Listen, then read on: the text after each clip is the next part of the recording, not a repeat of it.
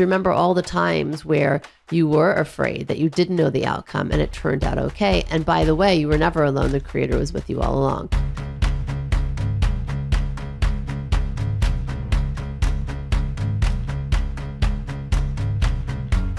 Welcome to Spiritually Hungry Summer Mini Episodes. Snacks. So I'm excited about today's topic. I think it's something that many people struggle with, and mostly in silent because it's really hard to do. And that is letting go and go in with the flow. You're pretty good at it. I'm better at it, I think, by default, maybe being married to you. And obviously a lot of conscious effort and hard work.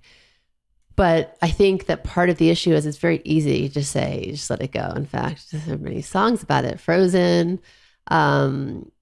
But why is it so hard to actually do that when people are struggling, especially with stress, which is such a common emotion these days, and also anxiety?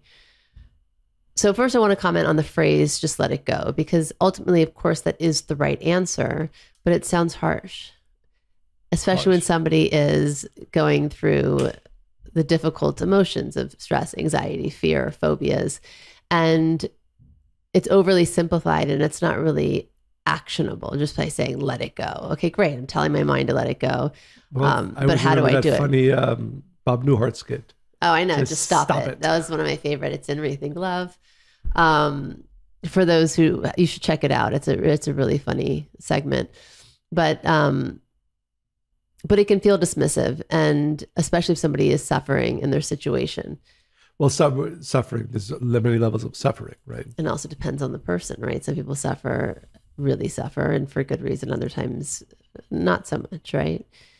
So I think the first thing in considering this is ask yourself why you're holding on to the first place. And I'm going to unpack that a little bit later, but I think that even negative thoughts or feelings that we have, of course, not if there's some kind of ailment, but just those thoughts. Well, wouldn't somebody say, because it's bothering me? That's why I'm holding. But there is room to work there, right? If something's bothering you, you can work on having it bother you less or finding another way to think about it. So I think the first is just to ask yourself that question without judgment. The second is that to understand that our brains are designed for survival, not for happiness. So when things do happen, we tend to hold on to the things that we feel like we need to remember for our safety. So stress, anxiety, phobias, for our body and our minds, it's all perceived or interpreted as a real threat, right? Anxiety feels very real. Fear feels very real. So we hold on to that. It's like, oh, but maybe I'm feeling this feeling for a good reason. It's to protect me. I mean, subconsciously, because consciously the answer is pretty obvious. Yes. So there's that's working also. But this is what's really powerful, is that we can change our thinking patterns. And in fact, there's a lot of information about this today, but neural pathways are those connections that you've made that your brain has through repetitive thoughts. And so they're hard to change, but you can change them, of course. If you repetitively think a negative thought, for instance, you can work on thinking a positive thought. So everything we're sharing really it does require effort and work, but it is totally possible. So there's a term used by scientists called use-dependent cortical reorganization, which means that we strengthen whichever neural pathways we use most often.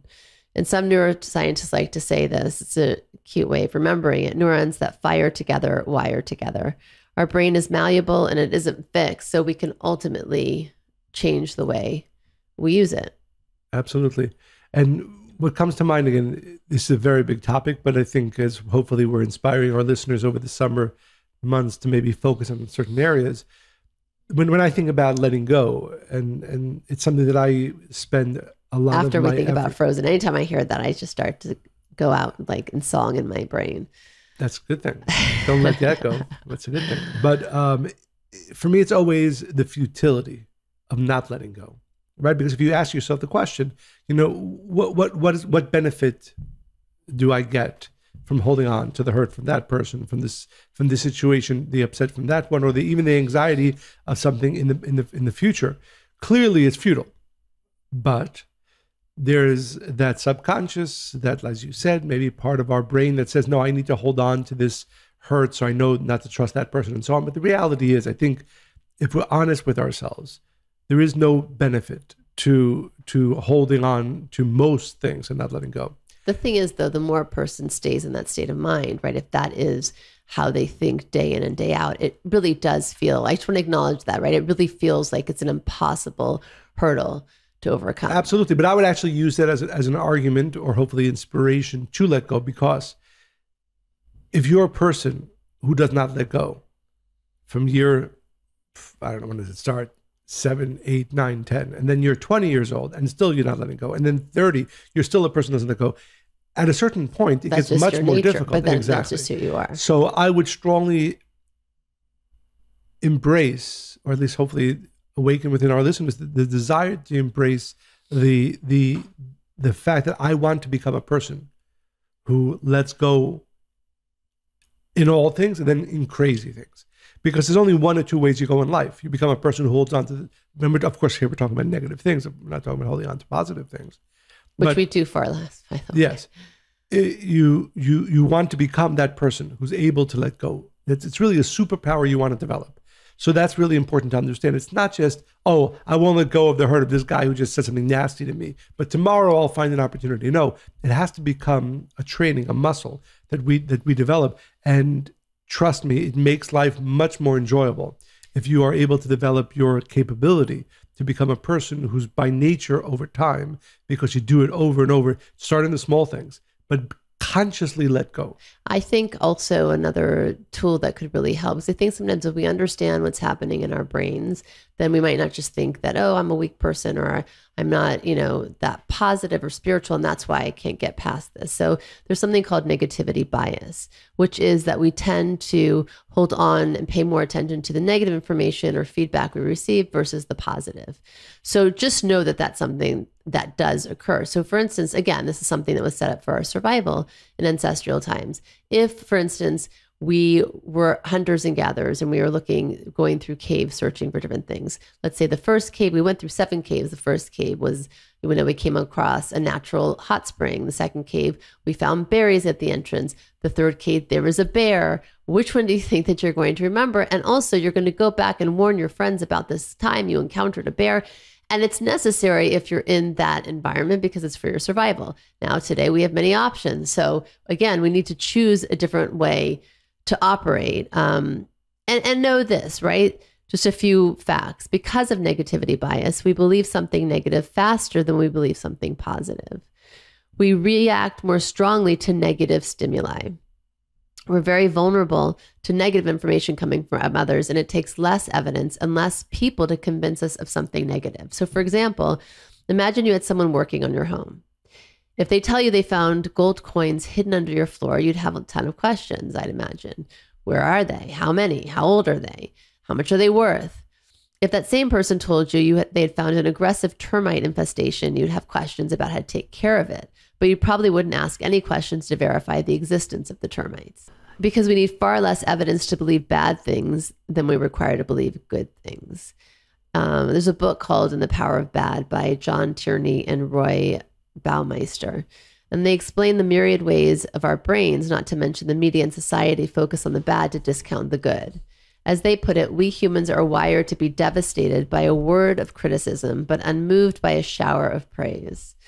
We see the hostile faces in the crowd and miss all the friendly smiles. It's very funny. I mean, that is so true. I hear this so often from very famous comedians that they could be giving, they can be in the middle of a show to thousands and thousands of people. You see the one heckler, focus on the one guy who has a frown, who's not enjoying the show.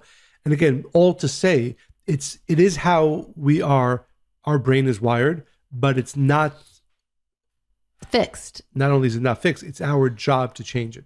Because as we said, it's so important. And sometimes a person says, oh, it's not bothering that much in life. But I promise you that if you don't start changing it now, whatever point you are in your life, 10 years from now, 20 years from now, it only gets worse. Another reason why it's so important to develop this ability to become a person who lets go of things easily is that by not letting go, we actually don't allow what we call the light of the creator or the energy of the universe to enter into our reality, be it in small ways or great ways. If you are a person who holds on to things, holds on to anger, resentment, then what you're saying is, it's all me.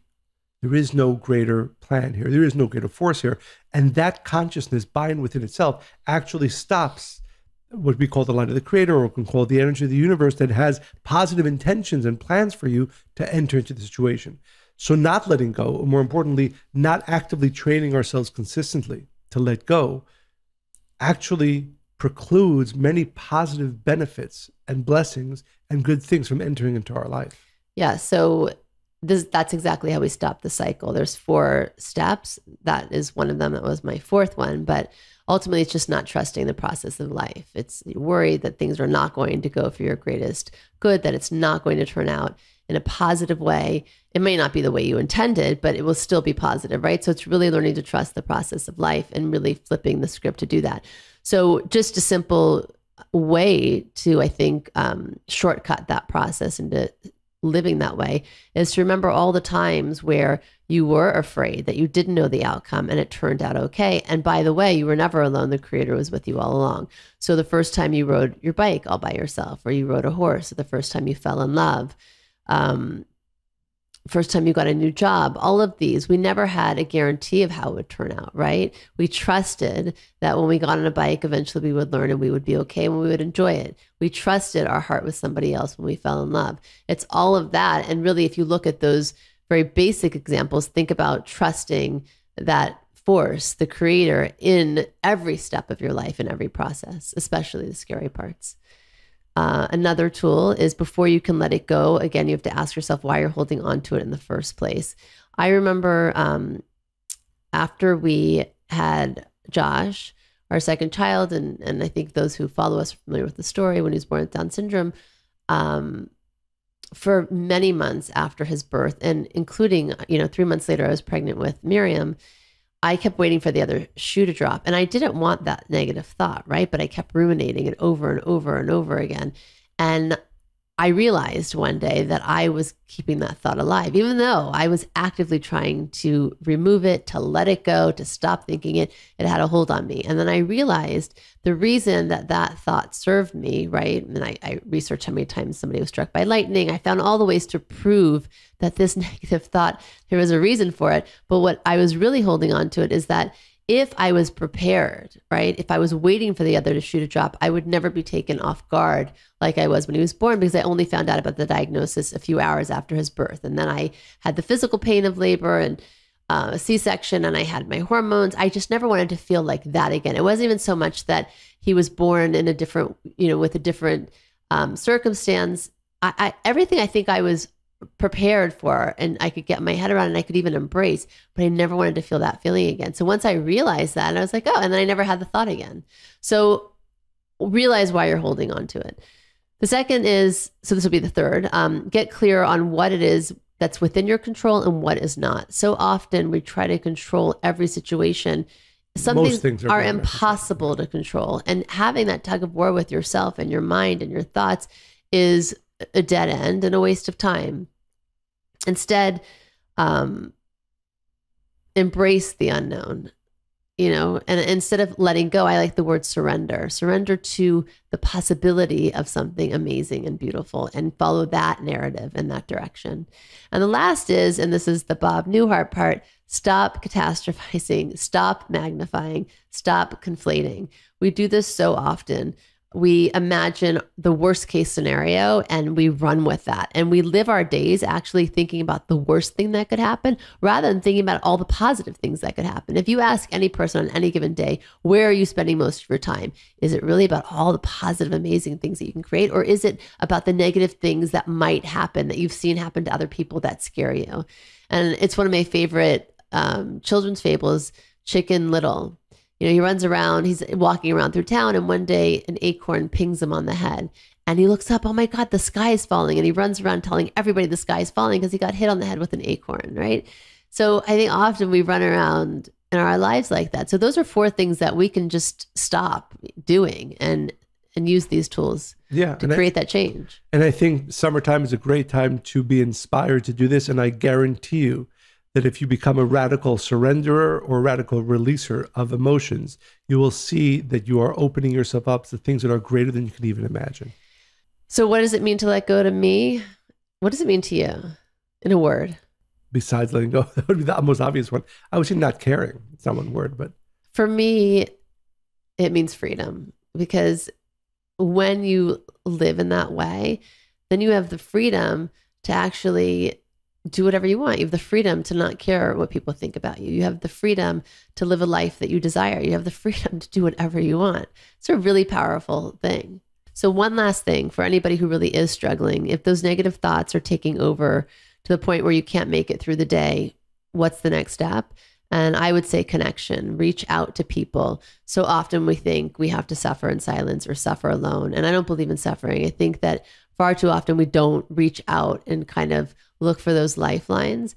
So that's one. And the other thing is change of scenery can do a lot of good. If you change your environment, you can change your lens and your perception of what's happening. take a summer trip. Yeah. So we hope we've inspired you to let go, actively, radically let go this summer. And as we said, we promise you, if you do this, you will have not only a more enjoyable summer, but a more enjoyable life.